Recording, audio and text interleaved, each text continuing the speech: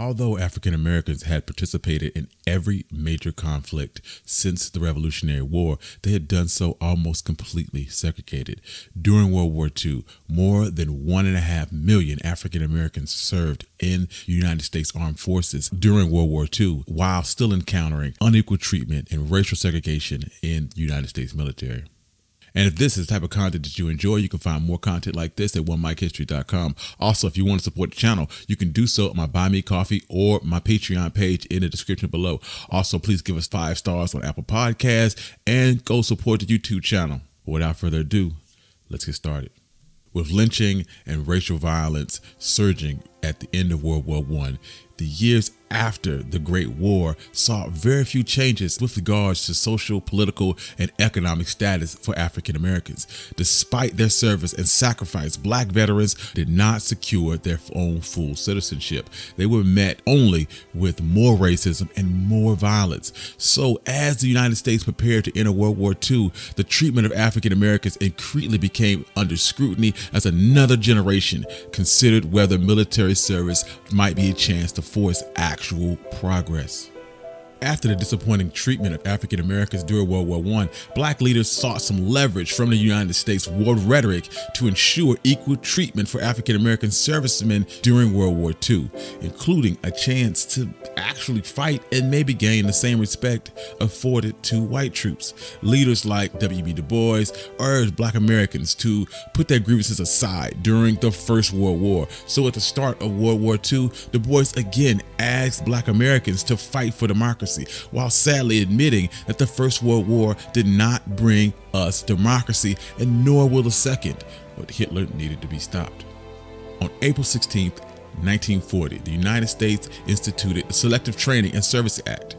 It required that all men from ages 21 to 45 register for the draft. Civil rights leaders pressured Franklin Delano Roosevelt to allow Black men the opportunity to serve in integrated regiments. Although African Americans had participated in every single conflict since the Revolutionary War, they had done so completely segregated, and Henry Stinson, War Secretary, was completely uninterested in changing that status quo. So FDR decided that Black men could register for the draft, but they would remain segregated, and the military would determine how Blacks would be inducted into service. The Selective Service Act did allow for African Americans to join the military in numbers proportionate to their representation in the United States, and also provided for Black and white officers to be able to train together, and in addition to establishing an aviation training school for Black officers. After the United States entered World War II, African Americans created the Double V Campaign in 1942 in support of the nation's war effort. The V was World War II's symbol that unified the war effort to achieve victory for democracy over tyranny of the Axis powers. So the Double V Campaign called for a victory over fascism abroad and victory over racism at home. The Double V Campaign had some limited success, and it helped create some legal and policy changes, but failed to achieve actual equality within the United States military.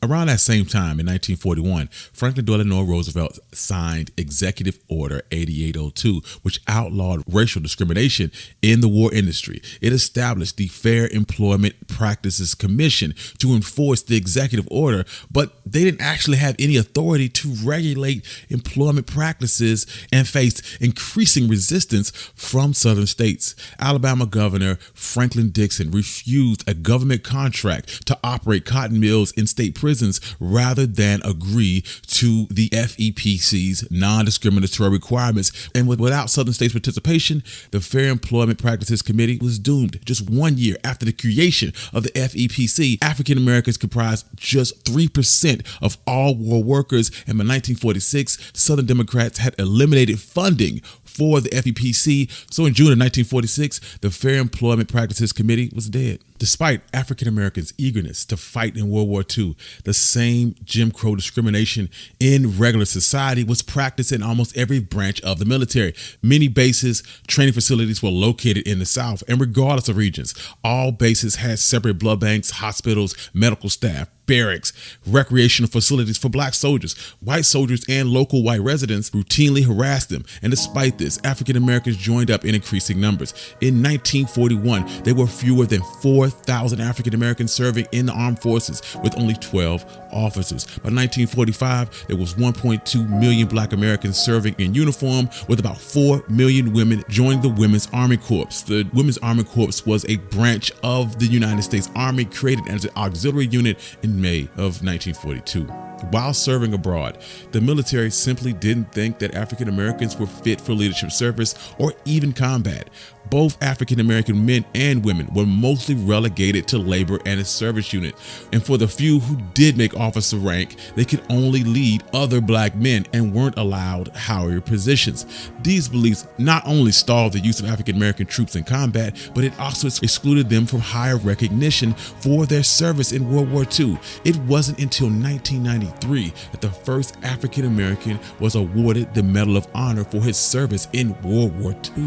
While black troops were initially barred from frontline combat, as casualties started to mount among white soldiers during the final years of the war, the military had no choice but to utilize African Americans as infantrymen, officers, and pilots, in addition to remaining invaluable in supply divisions. From August 1944 to November 1944, the Red Ball Express, a unit comprised mostly of black drivers, delivered gasoline, ammunition, food, mechanical parts, and medical supplies to the Third Army in France. They drove up to 400 miles on narrow roads in the middle of the night without headlights to avoid detection.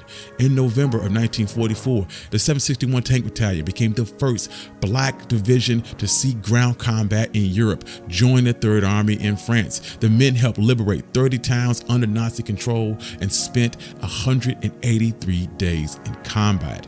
The Tuskegee Airmen, an all-black fighter group, escorted bombers over Italy and Sicily and flew almost 1,600 combat missions while destroying 237 German planes.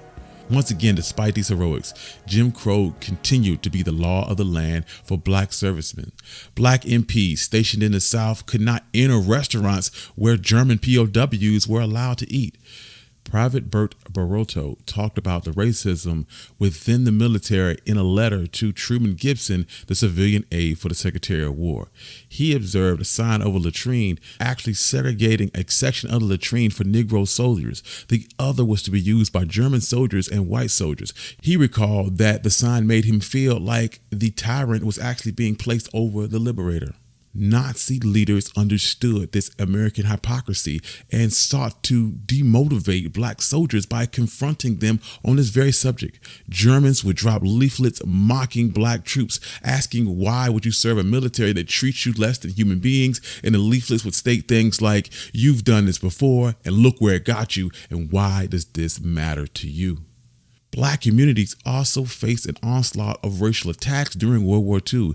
In June of 1943, riots in Beaumont, Texas and Detroit led to the deaths and injuries and economic loss and only served to deepen racial hostility. The sense of pride from the African American war experience only served to grow the membership rolls of the NAACP. Their ranks grew from 50,000 in 1940 to 450,000 in 1946. The civil rights organization faced an uphill battle as white Southerners doubled down their efforts to prevent economic, political, and social subjugation of African Americans. These efforts arose partly out of fear that returning African Americans would not continue their work as sharecroppers, and many did leave the South altogether. Mississippi Senator James O. Eastland spoke about white soldiers from the South coming home expecting to find the integrity of institutions of the South unimpaired, and that those boys were fighting to maintain white supremacy. Racial discrimination wasn't just limited to military service. It extended to veteran benefits as well. On June 22, 1944, the Servicemen's Readjustment Act of 1944, commonly known as the GI Bill, was passed. It was designed to reward military service. The GI Bill was often credited as creating the American middle class. Between 1944 and 1971, the federal government spent over $95 billion providing benefits to veterans. In 1948, the GI Bill made up 15% of the federal budget. It created opportunities for home ownership, higher education, vocational training, and provided capital for veterans to start their own businesses. Before the end of the war, black newspapers printed articles about the legislation and outlined eligibility requirements. The GI Bill gave black soldiers in the community hope that their service would give them unprecedented opportunities for economic advancement. As you would expect, the GI Bill led to a middle class that was overwhelmingly white. Black soldiers were denied access to programs within the GI Bill because the GI Bill was designed to accommodate Jim Crow. While the bill contained no language limiting racial segregation or excluding African Americans, it was also crafted with limited federal oversight. The bill gave all administrative responsibility to the states with limited congressional supervision. State authorities had virtually unchecked power to discriminate against black veterans. In Title III of the GI Bill, it made veterans eligible for low-interest home loans with no down payment, but very few black veterans were able to benefit from this. These loans were guaranteed by the VA, but because they required the cooperation of local banks, black veterans had to convince local banks to lend them the money. This proved to be a daunting task for black veterans because of the overwhelming majority of banks denied loans to black applicants. Home ownership was the primary driver of post-war economic security and wealth accumulation. It spurred the creation and growth of white suburbia. GI Bill completely failed to uplift black veterans and their families in the same way it had done white Americans. And once again, black people were excluded from the benefits of their military service, and the hopes of black veterans was crushed by racism. After World War II officially ended in September 2nd, 1945, black soldiers returned home to find that not only were they denied benefits and economic opportunities, but that their veteran status and military service made them targets for racial violence, especially those in uniform. For many veterans, the first confrontation with this post-war racial system was on the bus ride home. In February 1946, Marine Timothy Hood removed a Jim Crow sign from a trolley in Bessemer, Alabama. In response, the white streetcar conductor, William R. Weeks, shot Hood 5 times. As Hood staggered off, he was actually arrested by the chief of police, J.B. Fant. Fant then placed Hood in the back of his police car and shot him in the head with a single bullet. Fant would later allege that Hood had reached in his hip pocket to draw a gun, although there was no evidence that Hood was armed. The coroner's findings would rule this a justifiable homicide, and Fant was ultimately cleared. By this time, attacks on black veterans were slightly more likely to result in investigations and charges against white perpetrators, but they still rarely led to convictions or any actual punishment because many states barred African Americans and women from serving on juries, and because Jim Crow was so completely ingrained in every aspect of American society. In December of 1946, Harry Truman appointed a panel to serve at the President's Commission on Civil Rights, which recommended that more adequate means and procedures for protection of civil rights of people in the United States. When the commission issued its report in October 1947, among its proposals were an anti-lynching bill, laws against polling taxes, a permanent FEPC, and strengthening civil rights division of the Justice Department. In February of 1948, Truman called Congress to act on these recommendations, and Southern senators threatened a filibuster. Truman moved ahead on civil rights by using his executive powers. On July 26, 1948, he issued executive order abolishing segregation in the armed forces and ordering a full integration of all services. Executive Order 9981 stated that there shall be equality of treatment and opportunity for all persons in the armed forces without regard to color, race, religion, or national origin. The order established an advisory committee to examine the rules and practices and procedures in the armed services and recommended ways to desegregate. There was still considerable resistance from the military, but by the end of the Korean conflict, almost all of the armed forces were completely integrated. African Americans served in the Civil War, World War I, and World War II for the ideals of freedom, justice, and democracy, only to return to racial terror and violence. White Americans, intent on maintaining white supremacy and the racial hierarchy, targeted black veterans with violence and lynching because they represented hope and the possibility of black empowerment and social equality. The hope threatened to disrupt the entrenched social, economic, and political forces and to inspire large segments of the black community to participate in activism that could deal a serious blow to the system of segregation and oppression that had been aligned for nearly a century and was rooted in the myth of the differences between the two races that is older than this nation itself. Despite this overwhelming injustice, the horrific acts on black veterans suffered during the era of racial terror, they maintained determined to fight at home for what they hoped to achieve abroad. This commitment contributed to the spirit that would launch the civil rights movement. Thank you. I'm your host, Country Boy. And if you like this, you love this, you can find more like this at onemichistory.com.